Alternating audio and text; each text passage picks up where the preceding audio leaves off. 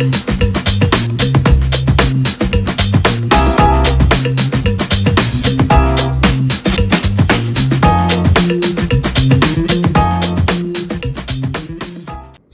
selamat pagi, saudara-saudari yang terkasih di dalam Tuhan Yesus. Perkenalkan, nama saya Kenny, saya dari FJ Palembang. Pertama-tama saya mengucapkan terima kasih untuk Pastor Robert yang telah memberikan platform dalam kehidupan saya untuk membagikan firman Tuhan di acara Devotion from Nation pagi hari ini.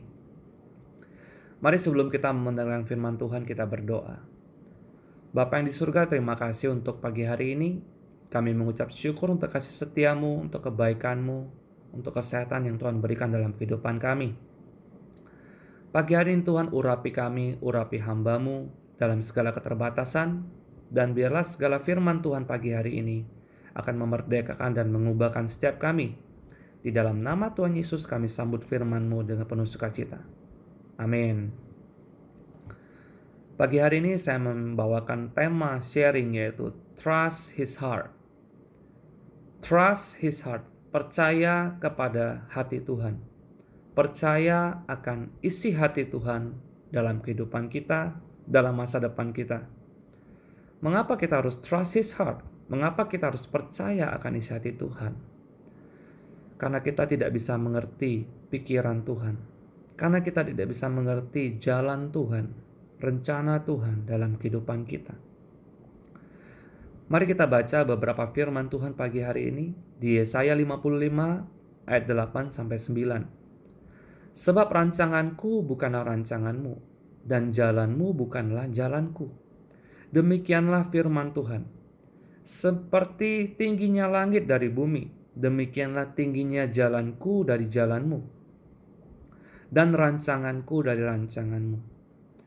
Di sini Tuhan sendiri, He Himself, Tuhan sendiri yang ngomong, Tuhan sendiri yang proclaim, Tuhan sendiri yang mengklaim dirinya bahwa jalan Dia, jalan Tuhan itu nggak sama dengan jalan kita. Bahwa rencana Tuhan itu berbeda jauh, tidak sama dengan rencana kita. Berapa banyak dari kita yang pernah mengalami hal seperti ini, di mana kita merencanakan sesuatu, di mana kita pernah memikirkan sesuatu hal, tetapi ternyata tidak sama dengan apa yang Tuhan inginkan. Tapi tentunya ujungnya adalah kebaikan dalam kehidupan kita. Pada Yesaya 40 ayat 13 juga dikatakan, siapa yang dapat mengatur roh Tuhan atau memberi petunjuk kepadanya sebagai penasehat? Seringkali kita seakan-akan tanda kutip kita mengatur Tuhan. Kita memberikan saran kepada Tuhan. Tuhan, ini yang terbaik. Tuhan, bisnis ini yang terbaik. Tuhan, wanita ini yang terbaik dalam kehidupanku. Atau Tuhan, pria ini yang terbaik dalam kehidupanku. Tuhan, jalan ini loh yang terbaik dalam kehidupanku. Kita memplan kehidupan kita. Kita merancangkan kehidupan kita sehebat, sedemikian rupa. Tapi tanpa kita sadar, itu bukan plan daripada Tuhan. Itu bukan jalan daripada Tuhan. Karena kita tahu pada dasarnya adalah Tuhan sendiri yang mengatakan bahwa jalan Tuhan sama jalan kita itu bedanya langit dan bumi. Berbeda sangat jauh. Tapi kenapa ada beberapa orang yang mengatakan bahwa, tapi aku tahu kok. Tapi kadang-kadang aku tahu. Tapi sometimes aku mengerti pikiran Tuhan. Mari kita baca di Matius 16 ayat 15-17. Dikatakan, lalu Yesus bertanya kepada mereka, tetapi apa katamu, siapakah aku ini? Maka jawab Simon Petrus, engkau adalah Mesias, anak Allah yang hidup. Kata Yesus kepadanya, berbahagialah engkau Simon bin Yunus, sebab bukan manusia yang menyatakan itu kepadamu, melainkan Bapa-Ku yang di surga. Jadi sekali lagi ketika kita mendapatkan hikmat, kita tiba-tiba kok tahu mana yang benar, mana yang salah. Kita kok tiba-tiba bisa memprediksi sesuatu. Itu bukan hoki, itu bukan lucky, itu bukan keberuntungan. Tapi sekali-sekali itu adalah Bapa yang di surga. Tuhan Yesus yang memberikan kepada kita untuk menghindari kita dari hal-hal yang tidak diinginkan. Berapa banyak dari kita yang sering mengalami hal yang seperti ini. Terkadang kita lagi bawa mobil atau kita mau pergi ke suatu tempat, tiba-tiba hati kita berbicara lain. Tiba-tiba kita nggak tahu kenapa refleks malah ke kiri. Sebenarnya mau ke kanan tapi kita mau ke kiri. Sebenarnya mau ke tempat ini, mau ketemu orang ini, tiba-tiba orang ini nggak ada. Tiba-tiba orangnya pergi. Ternyata tanpa disadari bahwa kita sedang dijauhkan dari hal-hal yang tidak diinginkan. Berapa kali pada keluarga saya ketika saya sedang pergi, kita mau pergi ketemu orang ini, tiba-tiba orang ini belum sampai dan ternyata macet hingga kami tidak ketemu. Ternyata beberapa hari kemudian kita tahu bahwa orang itu COVID. Nah, ketika hal itu terjadi, baru kita tahu, wah Tuhan, untung saya nggak ketemu orang itu, untung saya nggak pergi ke tempat itu.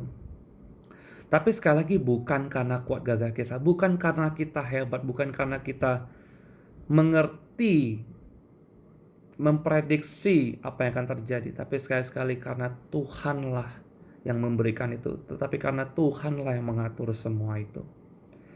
Jadi kalau kita tidak mengerti rencana Tuhan, kita tidak mengerti jalan Tuhan dalam kehidupan kita, kita tidak mengerti pikiran Tuhan, apa yang harus kita lakukan?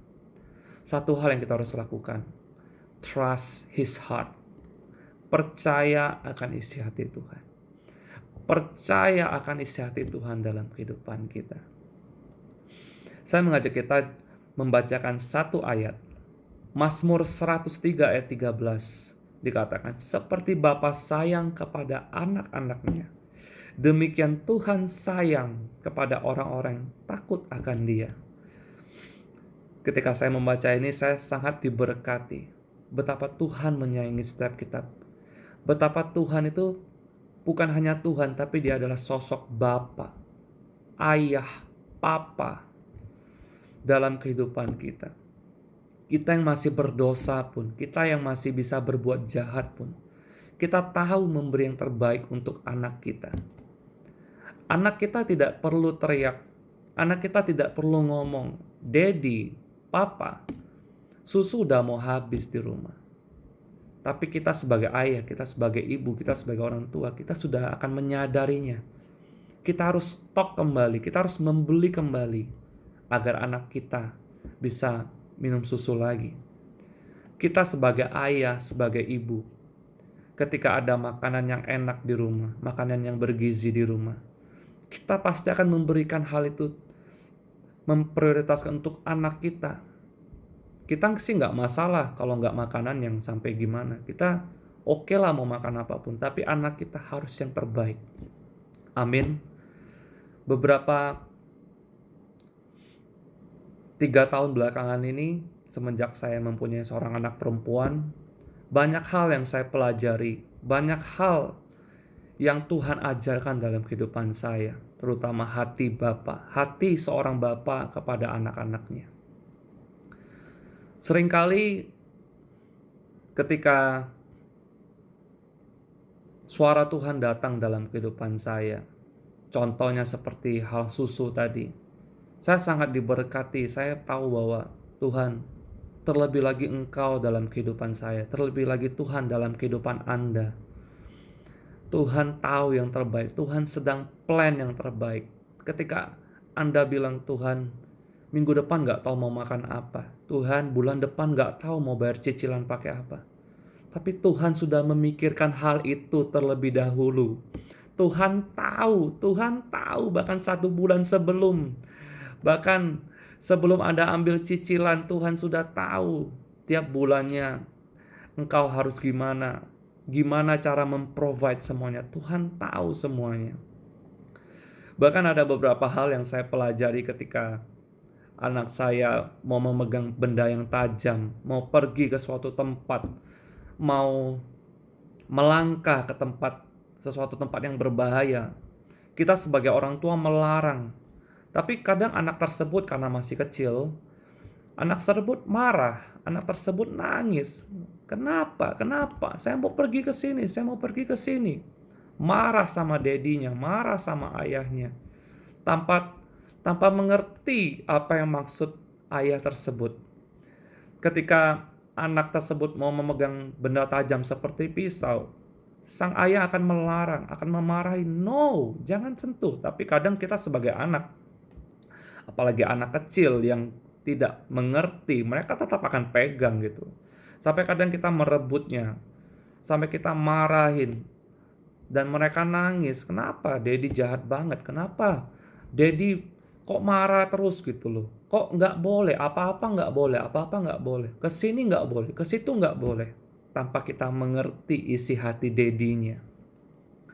Berapa banyak dari kita, bahkan saya sendiri pribadi, ketika hal tersebut terjadi, saya tiba-tiba merefleksikan ke dalam kehidupan saya bahwa anak kecil tersebut adalah saya.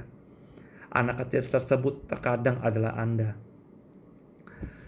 Seringkali kita marah kepada Tuhan. Seringkali kita complain.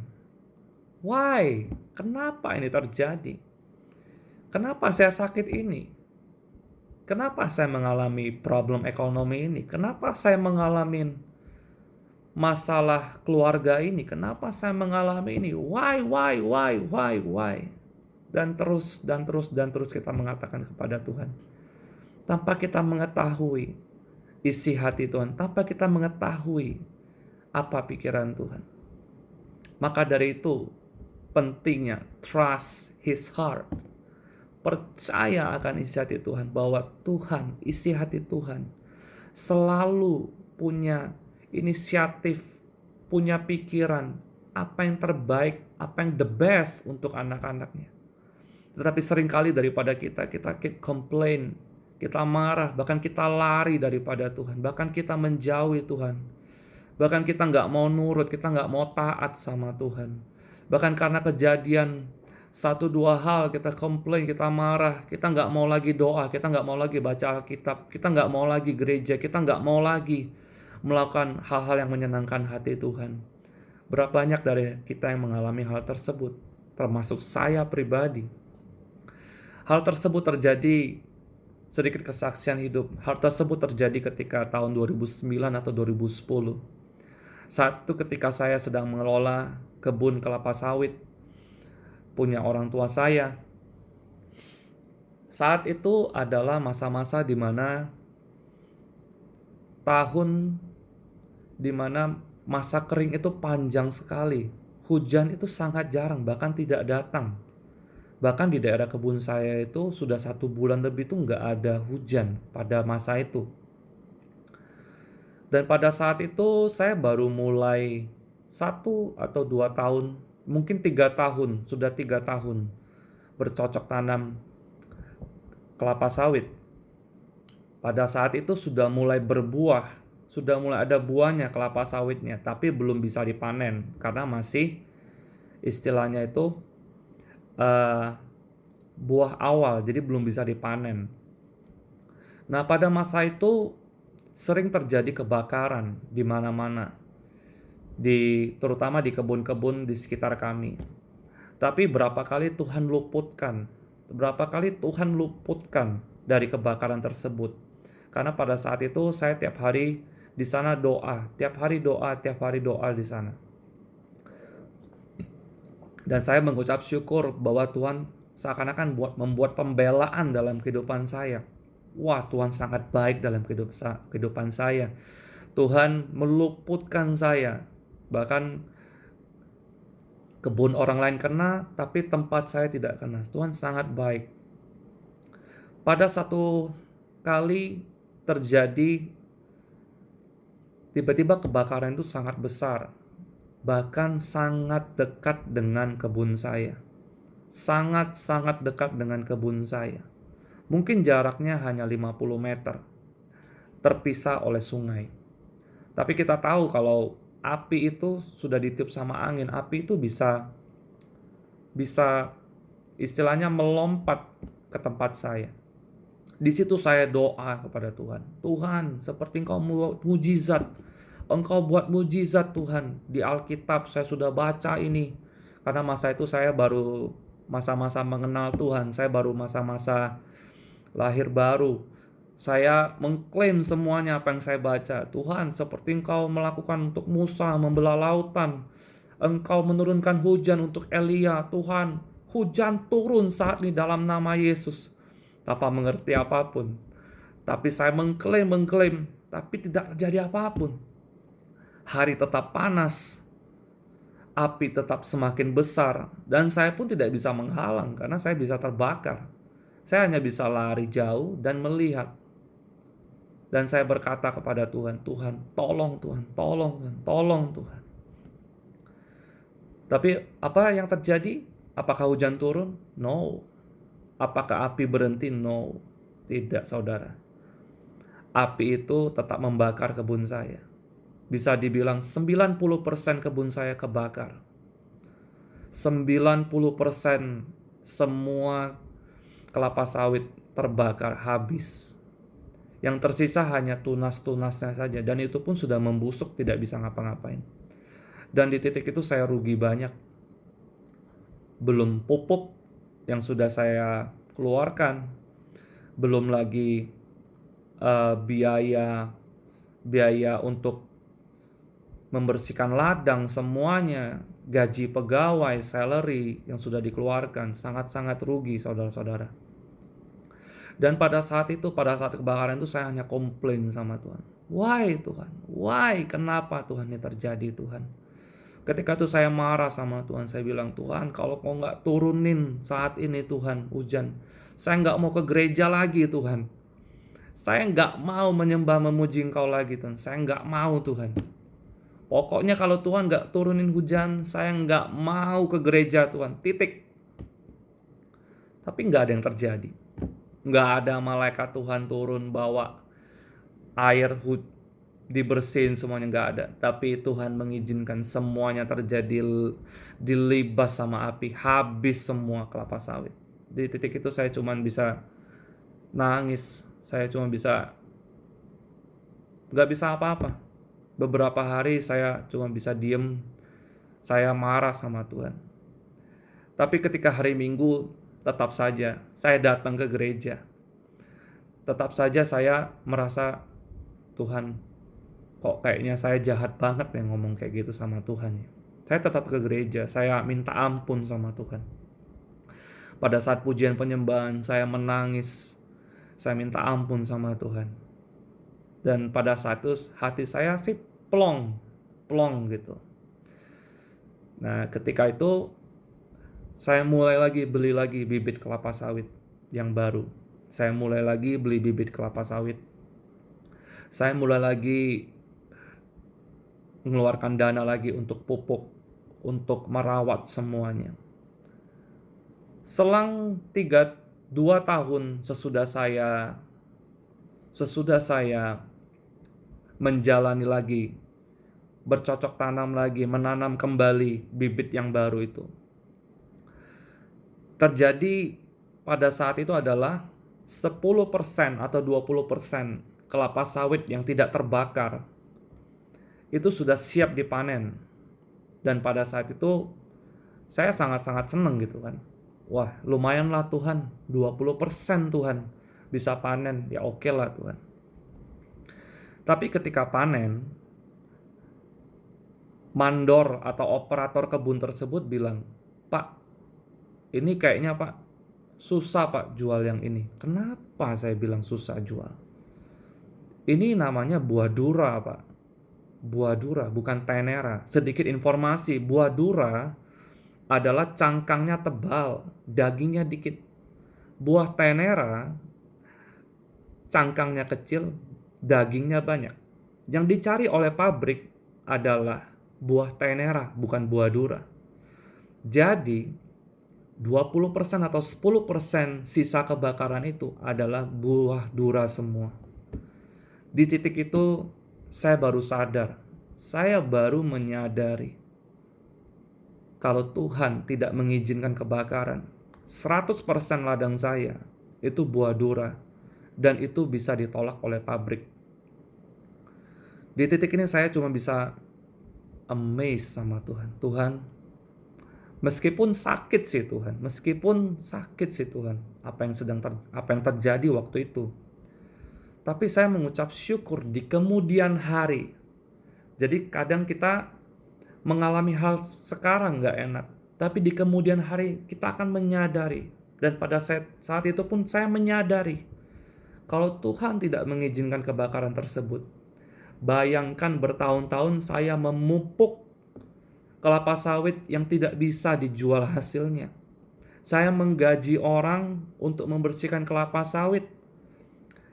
Saudara-saudara tahu, bukan satu macam pupuk, bisa 4-5 macam pupuk.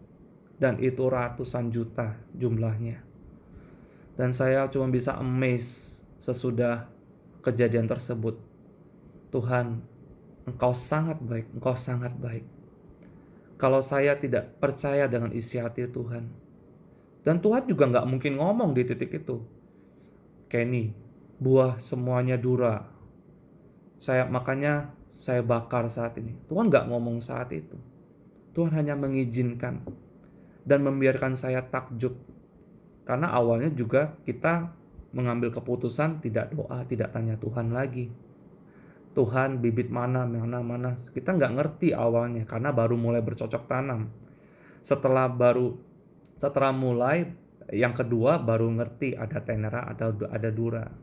Untungnya yang kedua itu adalah tenera yang saya beli bibit semuanya. Dan saya benar-benar mengucap syukur untuk kebaikan Tuhan pada saat itu. Jadi pagi hari ini mari setiap kita, apapun yang kita alami, apapun yang sedang kita hadapi, baik itu hal yang sangat pahit sekalipun, percaya akan isi hati Tuhan dalam kehidupan kita. Mari kita berdoa. Bapa yang di surga, terima kasih untuk pagi hari ini. Hamba-Mu berdoa pagi hari ini, Engkau menguatkan setiap kami, bahkan di tengah-tengah semuanya. Beri kami iman, beri kami kepercayaan kembali kepada Engkau. Kepercayaan akan isi hati Tuhan dalam kehidupan kami. Kami bersyukur dan kami bangga memiliki Allah seperti Engkau Tuhan. Engkau sangat baik dalam kehidupan kami. Terima kasih Tuhan untuk pagi hari ini kami mengucap syukur di dalam nama Tuhan Yesus. Terima kasih, Tuhan Yesus memberkati.